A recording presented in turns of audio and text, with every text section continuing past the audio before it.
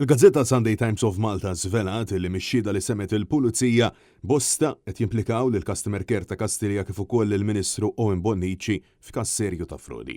Dan wara li l-ex backbencher laburista li rreżenja lura fl-2021 Silvio Grixti qed jissemma bħala il-persuna illi għal snin sħaħ en lil mijiet ta' nies sabiex jirċievu benefiċċji ta' diżabilità illi ma kinux intitolati għalihom, flus illi daħlu fil-but tagħhom kull xahar b'mod fraudolenti.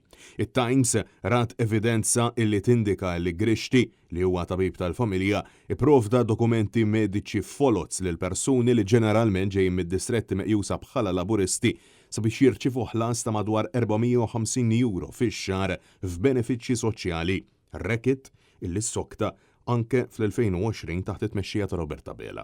Diversi persuni spjegaw illi kienu uffiċjali tal-Customer Care mill-Uffiċċju tal-Prim Ministru illi irreferewhom għal Grixti. Dan fil-waqt illi kien hemm persuna li allegat ukoll illi l-Ministru Owen Bonnici irreferija għal Silvio Grixti madankollu. Meta kkuntattjat mill-ġurnalisti, Bonnici sintendi ċaħat u insista li din hija gidba. Hekk ukoll saħħu kelliem għall-OPM illi insistu li din hija fabbrikazzjoni assoluta minkejja id-diversi xhieda illi nsemgħu quddiem il-Pulizija u minkejja illi it-Times għandha dokumenti bi provi iswed fuq l-abjad.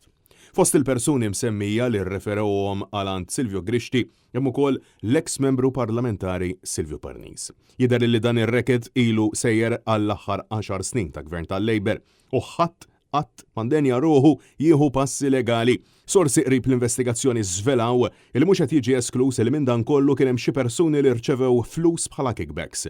Fl-aħħar ġimgħat il-Pulizija bdiet tressaq xi persuni akkużati li frodow il-Gvern f'benefiċċji soċjali, iżda fix-xhieda tagħhom għall-Pulizija qed jisħqu li kienu l-uffiċjali tal-Gvern jew saħansitra persuni f'karigi għoljin qrib il-kabinett ta' Bela illi irreferewhom biex jieħdu dawn il-benefiċċji soċjali. Sa issa kull min huwa implikat qiegħed jiġħad l-involviment tiegħu f'dan l-iskandlu, wieħed minn ħafna il fih hemm allegatament involut direttament Ministru attwali u l-Uffiċċju tal-Prim Ministru nnifsu.